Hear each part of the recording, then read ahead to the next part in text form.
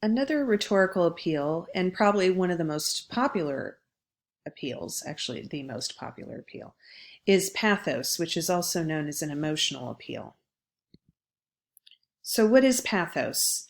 Essentially, it's when something tugs at your heart or taps into your emotions as a means of persuading you to agree or participate, right? It's important to note that this emotional response can be a range of feelings, including anger. I think oftentimes people, when they think of pathos, think that it's a warm-hearted connection or a feeling of sadness, but you can also watch something and have it and it can make you angry, right?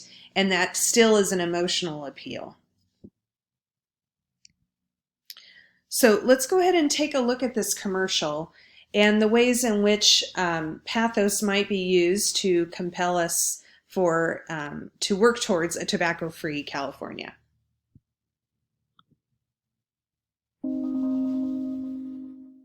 We're all staying close to home this summer.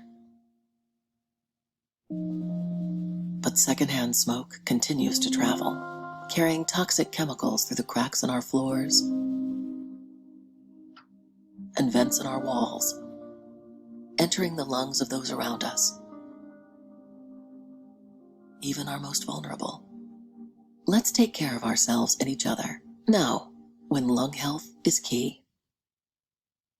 So I think a range of emotions can come up when you're looking at this commercial, right? But one thing is for sure that they are filming this as a means of getting people to quit tobacco or lobby for the quitting of tobacco, right? And in doing so, they're showing how a person in a lower apartment can smoke and how that smoke can filter into other parts of the apartment building, right? And, at first you see like there's that little dog in the hallway, right? So that would appeal to people who are worried about their pets. And then the smoke continues to filter and ends up in the room where this young boy is playing, right? And of course, as he's rubbing his eyes, you imagine that the smoke is irritating his eyes, and perhaps he doesn't even know it. But that, I mean, then you have this feeling of like, oh no, not only pets, but also children are being affected, right? And so that feeling of concern or worry, that's pathos, right? Oh, we need to do something because we don't want pets and children to be harmed. And I think if you really think about it, or if you pay attention to a lot of posts on social media, I follow a lot of rescue organizations, and I love seeing animals being rescued or helped.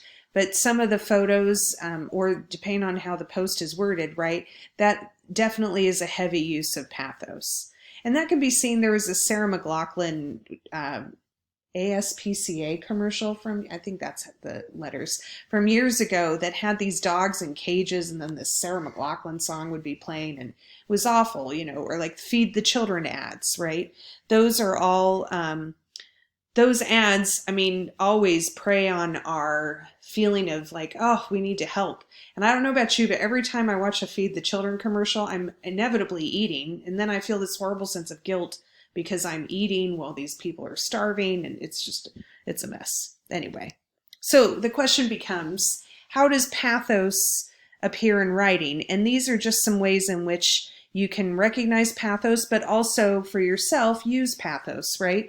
So personal examples or anecdotes, right, that help show personal connection, right? If depending on statements that are given, pathos can also be associated with biased language, right? And you really have to pay attention to word choice.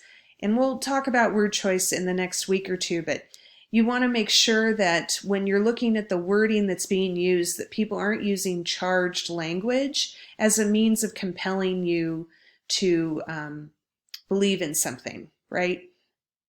I think